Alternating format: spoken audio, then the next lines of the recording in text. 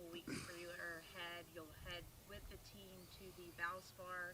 Then they'll head up to Augusta to play in a tournament there. You will not play in that tournament because you'll then be playing in the Masters. Obviously, you got that ability by winning the U.S. or finishing second at the USAM this past summer. So just tell us what have been your thoughts as you're heading finally into these weeks? You've been waiting for this moment since the summer.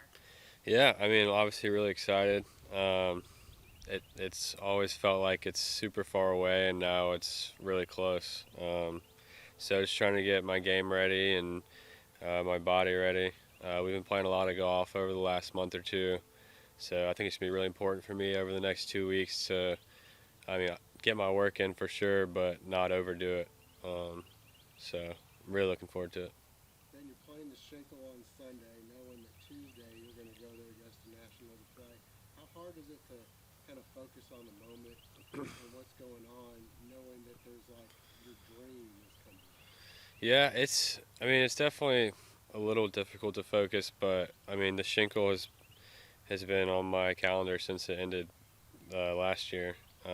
So I mean, I was really looking forward to playing my last Schenkel and hopefully getting the team win, and then the individual win on top of that was really special. So it was a little tough to focus, but I mean, I love that tournament so much, and it's hard not to focus when you got so many people rooting you on. Um, how long after you won the semifinal match at the U.S. Amateur was it that you realized you were going to the Masters? As soon as I shook Derek's hand and just said good match, it just kind of hit me that, well, honestly, probably before that. I mean, as soon as I went a couple up, I think it just creeps into your mind, and you just can't stop thinking about it, and you're trying so hard to focus on the golf and finishing the match. So I probably thought about it before the match was over, but it definitely hit me hard as soon as we ended the match on 16. Yeah, at what point did it finally sink in that this is going to be real? Good question. Gosh, I mean, I would say it's finally sunk in when I got home and actually got COVID, so I had a week to like kind of sit in my room and not do a whole lot, and that's, I think, probably when it kind of became real, is when I wasn't doing all this stuff and was just kind of more relaxing, and it definitely hit me that week for sure. Have you reached out to anyone in the sport, maybe for some advice about Augusta? Yeah, for sure. Pretty close with Larry Mize and Russell Henley. They both live in Columbus, so I got to spend a bunch of time with them over the Christmas break and just kind of pick their brains a little bit. I mean, Larry's a Masters champion, and Russell's, I think, playing his seventh Masters this year. So between the two of them, they have all the experience in the world, and just being able to lean on them and learn as much as I can from them was really important for me.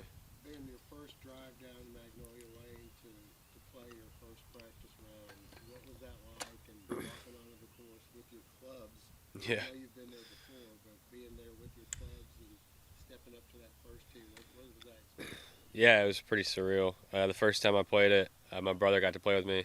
So, I mean, we pulled in Magnolia Lane. My truck was in front of his car, and just like looking in the rearview mirror to see his like facial expressions, and he was just wide-eyed. So seeing that, just being there with him for, I guess we were there for probably 36 hours or so. We stayed overnight. Awesome experience. But I think I was pretty nervous the first time I got there. Just I didn't really know what to do. Felt like I was walking on eggshells. But I'm starting to get a little more comfortable out there. What have you learned in the couple times you've played there? What has been like the biggest, oh my goodness, moment? And what do you feel like is good for your game on the court? Yeah. I feel like the biggest thing for me, the 3 times I've been so far, has just been learning where not to hit it. I think there's a spot or two on every hole you just have to avoid, especially to certain hole locations. So just learning where to miss it, I think that's what you hear. That's a common theme between guys who have success there, is where they try and miss the ball. It's not necessarily about, I mean, being perfect. It's about not making big mistakes. And, I mean, if you're able to kind of keep the ball in front of you and miss it in the right spots, I mean, you roll in a few putts and you're making the cut and onto the weekend. So I've learned that it's another golf course for sure. Like it's obviously a really special place, but you're still hitting golf shots. And you're still trying to put the ball in the right place. So, yeah. Speaking to amateurs over the years who are going into their first competitive round at Augusta, a common theme I hear is that watching the tournament on TV doesn't necessarily do the course justice with the drastic elevation changes and fast green. Can you kind of speak on that? Yeah, 100%.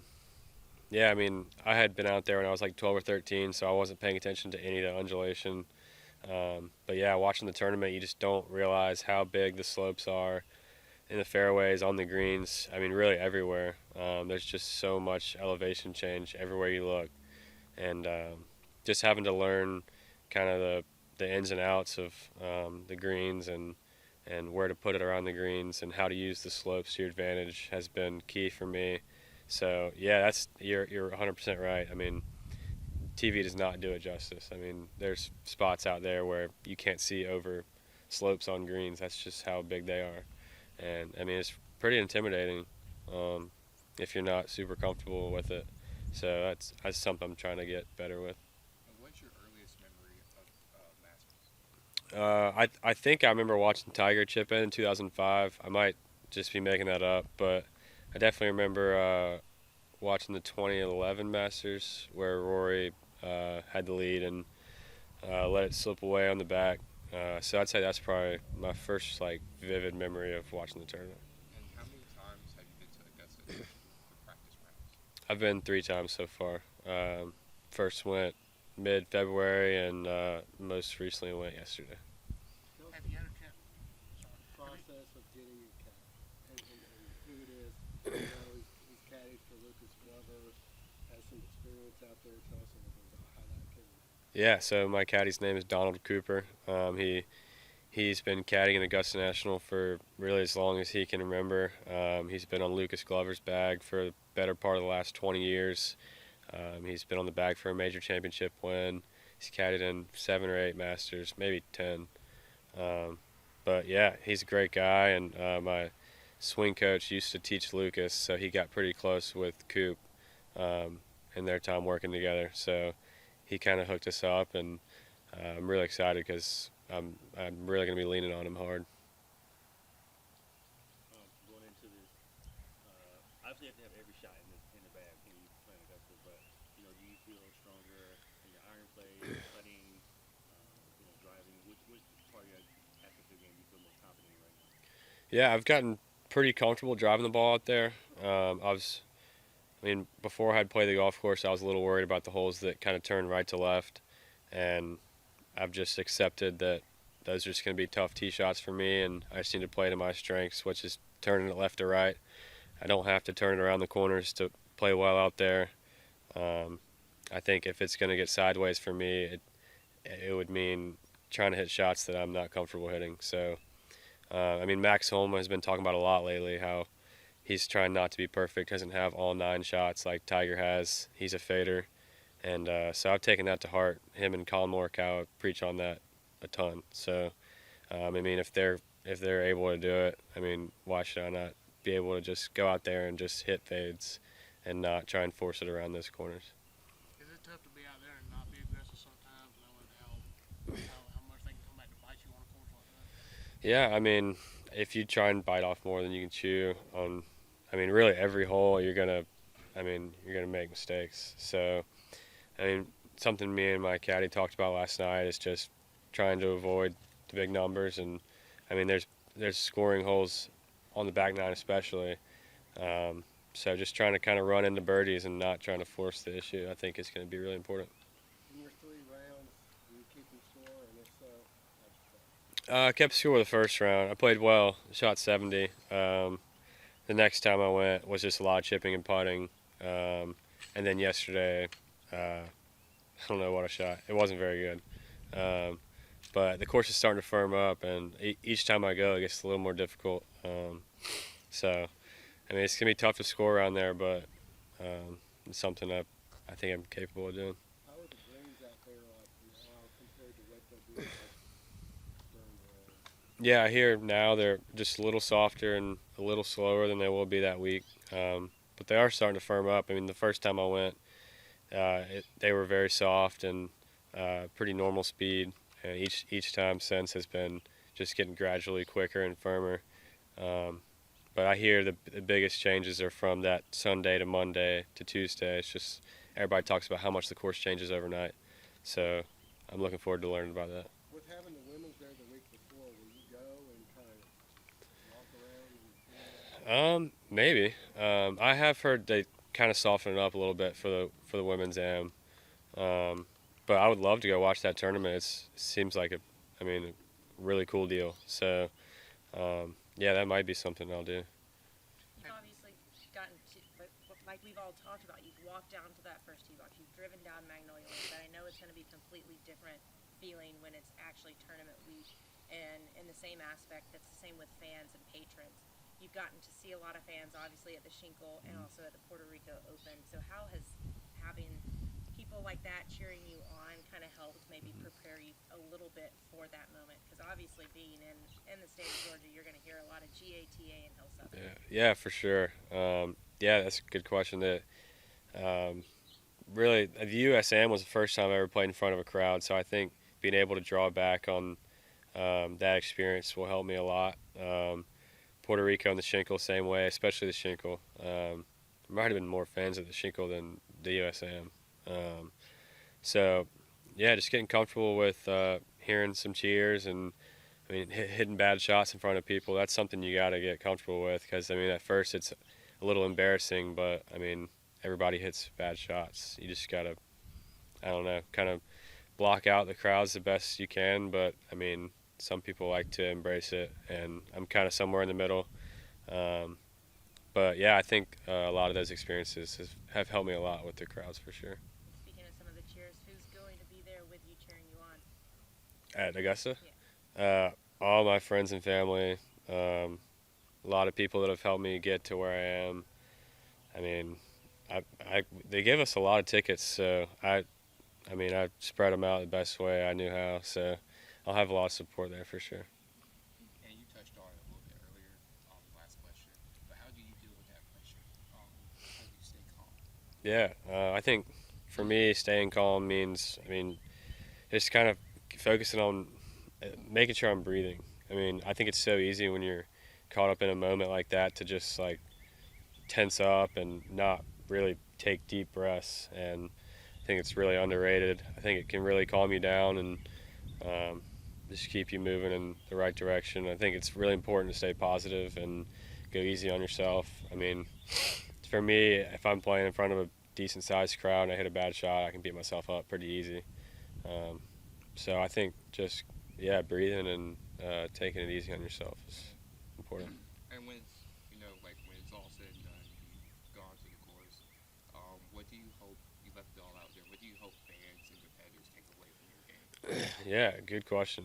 I'm not sure. Obviously I want to play well. I want to make the cut, have a chance to be low am, all that stuff. But I really just want to have a good experience, and I don't want to get so caught up in the way I'm playing to where it takes away from how special it is to have the honor to be an amateur playing at the Masters. So, I guess I'd like for people, I hope people will be able to take away, like, this kid's a really good player, because that would mean I've played pretty well. But either way, I want to have a really good experience. Ben, what about Traditionally, amateurs are paired with former champions. Do you have an idea you're going to be paired with? I don't. I have no idea. I don't know who I'm going to be paired with. That's up to them. But either way, I'm playing the Masters with likely a former Masters champion. So can't really beat it. as far as preparing yourself to not be too starstruck? That's got to be pretty tough because you're going to be going up and hitting balls and being there with guys who watched your whole life. What's that going to be like when you try to prepare? Not really. Honestly, I'm going to just kind of allow myself to be starstruck. I've never been able to play the same golf course at the same time as a lot of these guys that I watch on TV, so I'm not going to try and be Mr. Cool and just diss everybody. I want to talk to anybody that is willing to take their time and talk to me. So I don't know. I mean, I'm really looking forward to meeting some of the stars. Obviously, I hope I get to. Um, but yeah, Who are you most looking forward to seeing? I mean, Tiger. Tiger's the obvious answer. I'd obviously really like to meet Tiger. Probably a slim chance of that happening, especially Masters Week. He's got a pretty big team around him, but I don't know. I haven't really thought too much about that. I mean, obviously, like guys like Rory and Rahm and Homa and all the stars. I think I'd really just like to say hey to and maybe have a conversation with them. Are you doing the par 3 contest? Yeah, for sure. Me, Larry Mize, and Russell Henley are going to play the par 3 together. They're both living in Columbus, so it'll be pretty special for us. And then who will be your caddy for that? My brother is going to caddy for me, Sackett. Yeah, he's really nervous about hitting the shot, but he's going to do it. He says he's doing it. He doesn't care how nervous he is because he's going to regret it if he doesn't. So if he clams up in the moment, all three of us are going to force him to do it. So it'll be cool. A lot of times when they play the par three, some professionals like to not play the hole on the green. They like to predict where they think it might be to try to get some advantage of being out there. Are you going to play the hole, or are you going to try to see, try to kind of play to see where they might put it, like during the course? Yeah. I'm definitely going to be practicing to where the hole locations have been during the tournament in the past. I think that's something that we do as a team every week. If we have knowledge of where they're going to be, we'll always be practicing to them. And I think it's really important to just get comfortable on certain areas of the greens where the holes will be. Just getting comfortable with the slopes and the break of the putts and where you want to leave it around the green. And yeah, so for sure. They give you that information, like where the holes have been in the past? I mean, they're pretty predictable. They really don't switch it up a ton.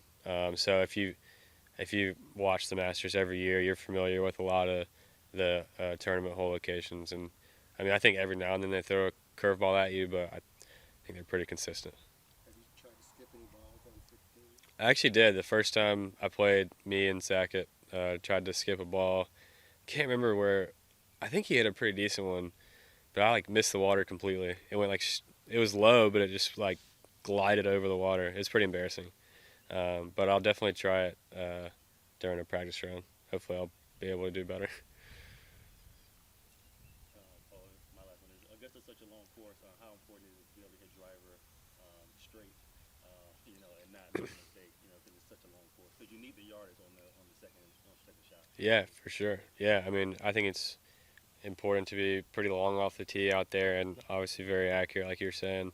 And I hit the ball decent ways. I mean, not crazy long, but not short by any means. So I don't think distance is really an issue for me. I mean, I really want to just hit the ball in the fairway and keep it in front of me and just avoid a big number and try and avoid bogeys.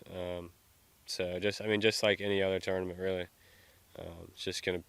It's a lot tougher around the greens and I mean really everywhere. So yeah, just got to be precise for sure. Last question. I know I might have missed it earlier. Just how excited are you to go out there and perform? Represent Southern Miss? Yeah, I mean, super excited. Yeah, I never really have dreamt of being able to do this, especially as an amateur. And being able to do it while I'm still in school is really special. So yeah, I can't wait. It's only 2 weeks away now, which is crazy. Still, I mean, it feels like it's never gonna happen.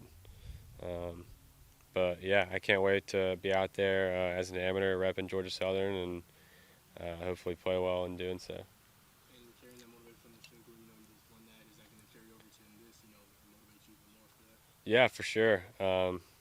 Yeah, I was obviously super happy to win the Schenkel and definitely gives me a little bit of confidence going forward. We have the Valspar Collegiate this weekend, so hopefully we can go down there and take care of business. And yeah, so I mean, we're all playing pretty well, and it was nice to play well in our home event, especially for me and my roommates because it's our last one. When will you go up there and stay? Are you going to commute? I mean, what's your plan? Yeah, during the week? Yeah, I'll stay there all week. Yeah. I'll be in Augusta for the whole week, probably starting on Saturday or Sunday before. What about prior to that? Like, while you guys are playing in the tournament up there, what were you? Oh yeah, that's a good question. I don't know. I mean, I definitely want to go watch us on that Saturday.